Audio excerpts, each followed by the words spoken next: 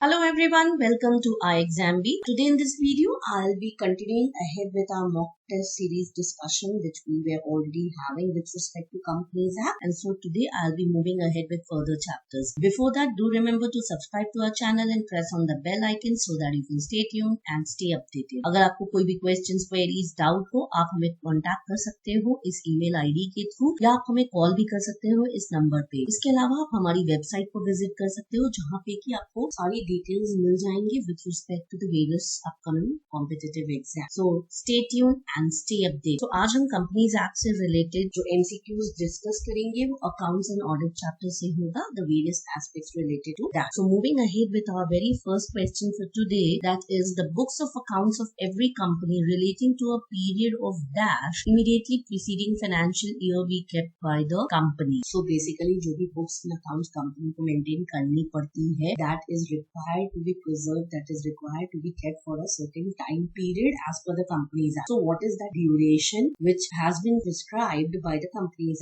Act that the books of accounts of the company that should be maintained for? And the correct option for this particular question is D, which is not less than 8 financial years. इसका provision of section 128 of the Companies Act में देख सकते हो जो कि बात करता है books of accounts etc. to be kept by the company. And subsection 5 of that section says the books of accounts of every company relating to a period of not less than 8 years immediately preceding the financial year or where the company has been in existence for a period of less than 8 years in respect of all the preceding years together with the vouchers relevant to any entry in such books of accounts be kept in good order. Now moving on to our next question, that is as per the Companies Act which all companies are required to create a corporate social responsibility committee of the board which we also refer to as CSR. So CSR activities क्या होती है सबसे पहले आपको वो पता होना चाहिए. तो बेसिकली सिंपली अगर आप समझोगे तो कॉर्पोरेट सोशल रिस्पॉन्सिबिलिटी क्या हो गया, नाम ही बता रहा है कॉर्पोरेट मतलब कंपनी की कुछ सोशल रिस्पॉन्सिबिलिटीज होती है, कुछ रिस्पॉन्सिबिलिटीज होती है towards the society and that responsibility in companies act is termed as corporate social responsibility या फिर CSR जिसमें की कंपनीज जो है बहुत सारे सोशल कॉजेज के लिए इनिशिएट करती है, कंट्रीब्यूट करती है. It could be with respect to environment, education, other social causes. So corporate social responsibility activities company लेती है, उसके रिस्पेक्ट में it has to constitute a committee of the board. So which all companies are required to go ahead and constitute और create that corporate social responsibility committee. And you have the various options over here which you can see, and the correct option with respect to this particular question is A, company having a net worth of rupees 500 crore or more or turnover of rupees 1000 crore or more or a net profit of 5 crore or more during the immediately preceding financial year. So either of these things, either the net worth or the turnover or the net profit, if it is as per the threshold limit which are mentioned over here during the immediately preceding financial year, then those type of companies they are required कि वो create करे, constitute करे corporate social responsibility committee of the board. Now question number 3, that is corporate social responsibility committee of the board shall consist of dash out of which at least one director shall be an independent director. तो पहला तो companies को जो है undertake करना है CSR activities, उसके लिए एक कमेटी उनको बनानी है बोर्ड की, और वो जो कमेटी वो बनाएंगे उसका कंपोजिशन भी बेसिकली बहुत इंपॉर्टेंट है. And over here you have the option of 3 directors, 2 or more directors, 3 or more directors, 5 directors or more, 20 or more directors, and the correct option for this is C,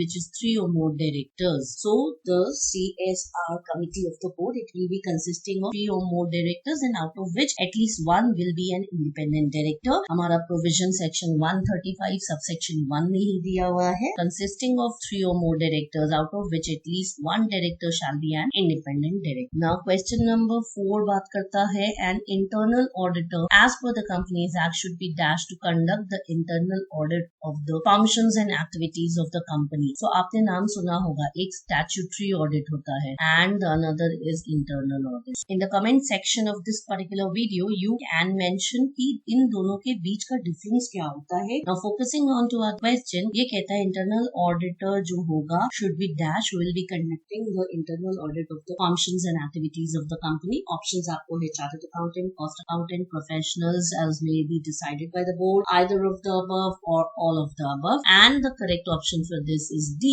either of the above, that is either a chartered accountant or a cost accountant or other professionals as the board will be deciding. Section 138 is the relative provision data hai that talk under subsection 1 that such class or classes of companies as prescribed are required to appoint an internal auditor who shall either be a chartered accountant or a cost accountant or such other professionals as may be decided by the board to go ahead and conduct the internal audit of the functions and activities of the company. Now question number 5 हमारा बात करता है notice with respect to the appointment of auditor that is required to be filed with the registrar within dash of the meeting in which the auditor is appointed. Now the duration within which that particular notice with respect to the appointment of auditor that is required to be filed with the registrar, and you can find the various options over here, and the correct option with respect to this particular question is A, which is 15 days. So section 139 जो की बात करता है हमारा appointment of auditors का, subsection 1 में वो provide करता है कि the company shall inform the auditor concerned of his or its appointment and also file a notice of such appointment with the registrar within 15 days of the meeting in which the auditor is appointed. Now the next question is question number 6, and which mentions an auditor of a listed company shall not be appointed if it is an individual as an auditor for, यहाँ options देख सकते हो, less than 1 term of 2 consecutive years, more than 1 term of 5 consecutive years, more than 2 terms of 5 consecutive years, more than 5 terms of 5 consecutive years, not more than 3 terms of 5 consecutive years. So these are the various options over here, and the correct option is B, more than 1 term of 5 consecutive years. Section 139 जो कि बात करता है appointment of auditor, subsection 2 में दिया है no listed company or company belonging to such class or classes of companies as prescribed shall appoint or reappoint an individual as an auditor for more than 1 term of 5 consecutive years and an audit firm as auditor for more than 2 terms of 5 consecutive years. So आता इस subsection में क्या दो important चीजें हैं. पहला कि अगर individual अगर auditor है तो एक listed company में वो 1 term से ज्यादा नहीं appoint होगा and 1 term will be of 5 consecutive years. So 5 years basically यहाँ पे हो गया 1 term of 5 years. If we talk about audit firm being appointed as auditor of a listed company, then they can be appointed for not more than 2 terms of 5 consecutive years. That means 10 years. Next question is dash may fix the remuneration of the first auditor appointed by it as per section 142 of the Companies Act. Options है आपका board, director, members, shareholders, central government. So which of these will be fixing the remuneration of the first auditor appointed by it? And the correct option is board, जो हमारा option A है. section 142 बोलता है remuneration of auditors के बारे में. Remuneration of auditor of a company shall be fixed in its general meeting or such manner as may be determined, provided that the board may fix the remuneration of the first auditor appointed by it. So basically जो remuneration है auditor company के वो fix होगा general meeting में. However जो first auditors हैं जिसे board appoint करती है उनका remuneration जो है board ही fix करेगी.